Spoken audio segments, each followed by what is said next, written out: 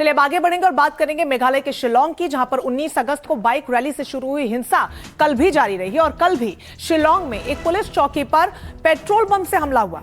हिंसा के बाद दोनों राज्यों के बीच आवाजाही बंद हो गई और असम की तरफ बॉर्डर पर नाकेबंदी आज भी जारी रहने की संभावना है। तो फिलहाल मेघालय की तरफ से नाकाबंदी को हटा दिया गया है। तो खासी स्टूडेंट यूनियन केएसयू ने शिलांग में धरना प्रदर्शन करने का फैसला किया, जिसका सरकार ने इजाजत नहीं दी। और उधर असम और मेघालय के मुख्यमंत्रियों ने कल बातचीत की और बॉर्डर पर नाकेबंदी की समस्या को जल्द सुलझाने का फैसला किया और दोनों सरकारों ने बातचीत को आगे बढ़ाने की जिम्मेदारी मंत्रियों को सौंपी है। केंद्र सरकार ने मेघालय के अतिरिक्त केंद्रीय बल भी वहां पर भेजे हैं। 2 तस्वीरें आपको दिखा रहे हैं कि कैसे कई गाड़ियों में तोड़फोड़ की गई थी, सड़क किनारे लोगों पर हमला किया गया था। यह बाइक रैली के दौरान की तस्वीरें हैं। उसके बाद भी ये हिंसा वहां पर जारी रही। पुलिस चौकी पर हमला हुआ है। 2 पुलिस चौकी बताई जा रही है जिस पर बम से हमला किया गया है। उसके बाद स्थिति पूरे शिलांग में हिंसापूर्ण बनी हुई है, तनावपूर्ण बनी हुई है और इस पूरे मामले में अब जो बॉर्डर हैं उन्हें फिलहाल के लिए बंद किया गया है। तो शिलांग में दूसरे दिन भी हिंसा लगातार जारी है। शिलांग में पुलिस आउटपोस्ट पर हमला हुआ है, पेट्रोल बम से इस हमले को किया गया है और हमले में हालांकि किसी के जख्मी होने की खबर नहीं है, लेकिन इलाका पूरा क्षतिग्रस्त वहां पर होता हुआ नजर आया। तो कल देर रात ये बड़ा हमला किया गया, जिसके बाद स्थिति तनावपूर्ण होती हुई नजर आई है। देखिए पेट्रोल बम का जो इस्तेमाल किया गया है 2 पुलिस चौकियों पर, उसकी तस्वीरें आपको दिखा रहे हैं। शिलांग में ये पुलिस आउटपोस्ट है जिस पर यह हमला किया गया। तो शिलांग हिंसा से जुड़ा एक और बड़ा अपडेट आपको बता दें, असम और मेघालय के बीच गाड़ियों की आवाजाही अब पूरी तरीके से बंद कर दी गई है और दोनों ही राज्यों के प्रेशर ग्रुप एक दूसरे के राज्यों में रजिस्टर्ड गाड़ियों को घुसने नहीं दे रहे हैं। सड़कों पर प्रदर्शनकारियों के होने से गुवाहाटी शिलांग संपर्क मार्ग भी लगभग बंद हो गया है। तो गाड़ियों की आवाजाही पर इसका खासा असर देखने को मिल रहा है। अब पूरी तरीके से चूंकि ये बंद हो चुकी है, असम और मेघालय के बीच का रास्ता बंद कर दिया गया है एहतियातन, और दोनों ही तरफ के जो प्रेशर ग्रुप्स हैं वो आवाजाही को आगे नहीं बढ़ने दे रहे। अब समस्या जो है समझिए सबसे ज्यादा स्थानीय लोगों के लिए है।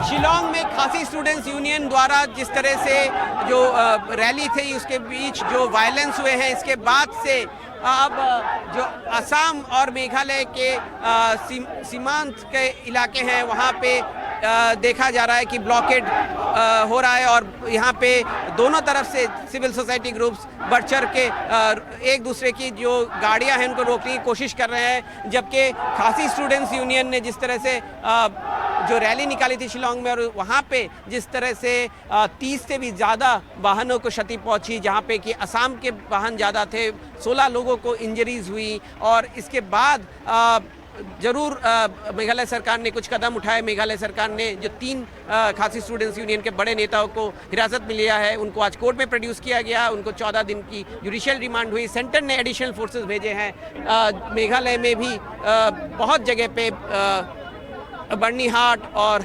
बरापानी ऐसे जगह पे असम की गाड़ियां जो इस रास्ते पे जा रही थी उनको रोका गया और उनको आगे जाने नहीं दिया गया। तो एक तरह से एक पूरी तरह से जो पब्लिक ट्रांसपोर्ट है वो मेघालय और असम के बीच रुक गया है, शिलांग और गुवाहाटी के बीच रुक गया है।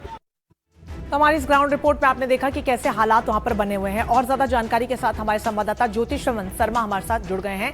ज्योति, ये बताइए फिलहाल क्या हालात बने हुए हैं? बाइक रैली में हिंसा की तस्वीरें तो सबने देखी, लेकिन जो ये पुलिस चौकी पर हमला हुआ है पेट्रोल बम से, ये किसने किया है? क्या जानकारी मिल रही है जिसकी वजह से टेंशन अब असम और मेघालय के बीच में बढ़ती हुई नजर आ रही है? जी बिल्कुल, देखिए 19 अगस्त को जो शिलांग यानी कि मेघालय के जो कैपिटल है वहाँ पे जो हादसा हुआ था, यानी कि खासी स्टूडेंट यूनियन के द्वारा वो मतलब बहुत ही निराशाजनक था और इसके वजह से अब दोनों स्टेटों में जैसे असम पर हो या फिर मेघालय पर हो काफ़ी झड़प चल रहा है। और जैसे कि कल तक यहाँ पे रोड ब्लॉकेट के जैसे समस्या भी थी और हालांकि आज मतलब मामला काफ़ी शिथिल हो चुकी है। आज असम पर अभी तक कोई रोड ब्लॉकेट की खबर नहीं आई है, फिर भी मेघालय पर कम्प्लीटली रोड ब्लॉकेट का कोई समस्या नहीं है फिलहाल में जैसे मेघालय पर उपस्थित हुआ।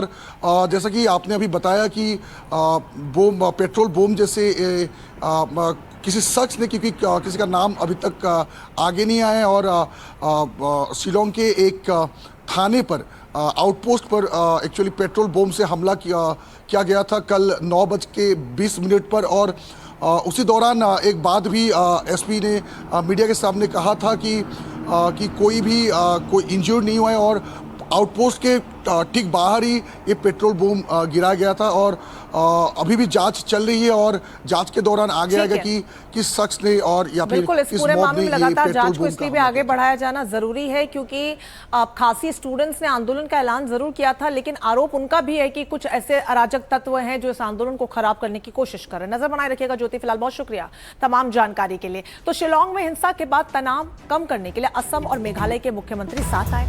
शिलांग में हुई हिंसा के बाद तनाव को कम करने के लिए असम और मेघालय सरकारों ने कोशिशें भी तेज कर दी है और दोनों पड़ोसी राज्यों ने मुख्यमंत्रियों हेमंत बिस्वा शर्मा और कॉनराड के संगमा ने शांति, भरोसा और सामान्य स्थिति बहाल करने के लिए मिलकर काम करने पर सहमति भी जताई है। तो मेघालय के मुख्यमंत्री कॉनराड के संगमा ने सीएम हेमंता से बातचीत की है। एक्स पर एक पोस्ट में संगमा ने कहा कि दोनों मुख्यमंत्री स्थिति को सामान्य करने के लिए हमेशा की तरह ही काम करते रहेंगे और दोनों राज्यों के बीच शांति, भरोसा और सामान्य स्थिति बहाल करने के तरीकों पर चर्चा करने के लिए बैठक करेंगे। तो ये तस्वीरें भी आपको दिखा रहे हैं। अलग अलग तस्वीरों में आप देखिए कि एक तरफ तो हिंसा की वजह से दोनों ही राज्यों की स्थिति जो है वो तनावपूर्ण बनी हुई है। इन सबके बीच दोनों ही राज्यों के मुखिया एक मत पर हैं कि कैसे शांति को बहाल किया जाए और स्थिति को अंडर कंट्रोल किया जाए और उसी बाबत इस पूरे मामले में कार्रवाई भी की जा रही है। और अब बात रांची की करेंगे, जहां पर फिर से आंदोलन छात्र एक बार फिर से कर सकते हैं। यहां पर छात्रों ने सोरेन सरकार को सीधी चेतावनी दी है। छात्रों का आरोप है कि कोर्ट में धोखा हुआ है, हमारा पक्ष ठीक से नहीं रखा गया। नाराज छात्र आज राज्य में पुतला भी दहन करेंगे और सरकार ने नहीं सुनी तो फिर से आंदोलन की चेतावनी दे डाली है। 2 महीने के अंदर आंदोलन, सीएम का इस्तीफा भी मांगा जा सकता है। तो ये एक बहुत बड़े स्तर पर आंदोलन हो सकता है अगर दोबारा इसकी शुरुआत होती है, क्योंकि छात्रों का सीधे तौर पर आरोप है कि जो हमें भरोसा दिया गया उसको तोड़ा गया, कोर्ट में हमारे साथ धोखा हुआ है।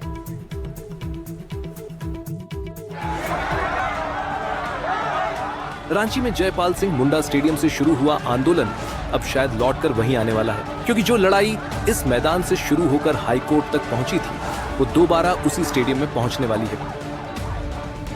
पहले आंदोलनकारी अभ्यर्थियों ने 24 दिन तक सोरेन सरकार से लड़ाई लड़ी और सरकार को घुटनों पर ले आई।